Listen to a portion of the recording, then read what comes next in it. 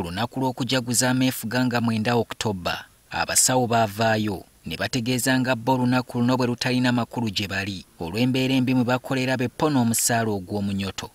Bano bawa abakulu mu gavumenti nsalessale wa kutuuka lunaku lwa leero ng'embeera mwe bakolera efuuse kibijjigiri ng'omu byadduka enkuba erongooseddwa. Oyinza okulowooza nti mwana wattu bwe baayogera bino abakulu baali balowooza nti abasawo bali mu kusiika binyomo. Olwaleero balangiridde nga akediimo kabwe bwe katandise mu butongole. So officially the strike is on. People are getting their act together so that we can leave skeleton staff to attend to emergencies. Pregnant women who are in need of cesarean section, emergency cesarean section, children, accident victims.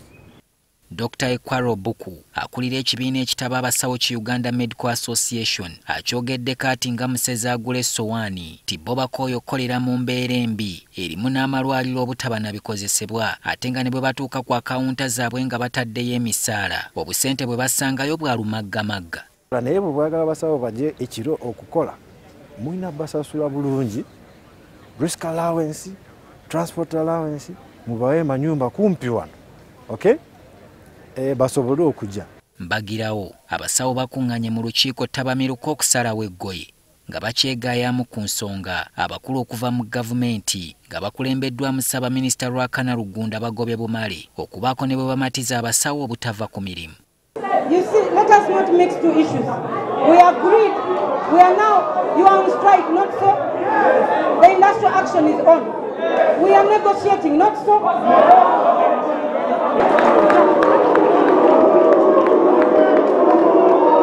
Ng'abakidde akamansukira ssaabaminisita Rugunda asoose na kujjukiza basawo nga gavumenti mu butuufu nayo bwewulira obulumi bwe bakoleramu kyokka nga ne bannaabwe abalala abakolera gavumenti lwa kusirika naye nga nabo embeera mbi.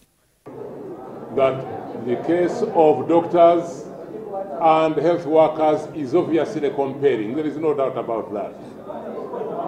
But let me also add that there are many other people in the public service who must also be considered.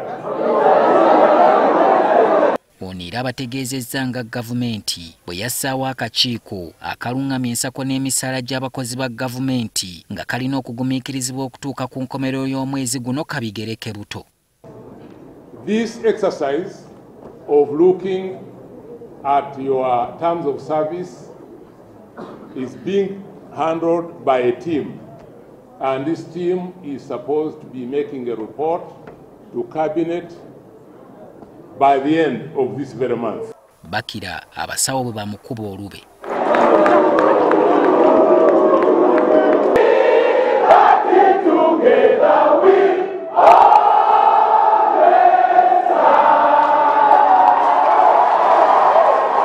Gujja bagidde bw'abasabye okudda ku mirimu bakole.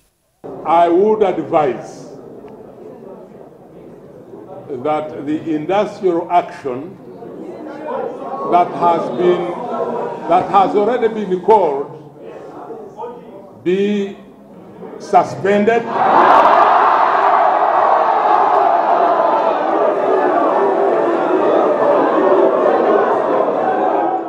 Abasawo basazeewo leero nti bajja kwekalakasa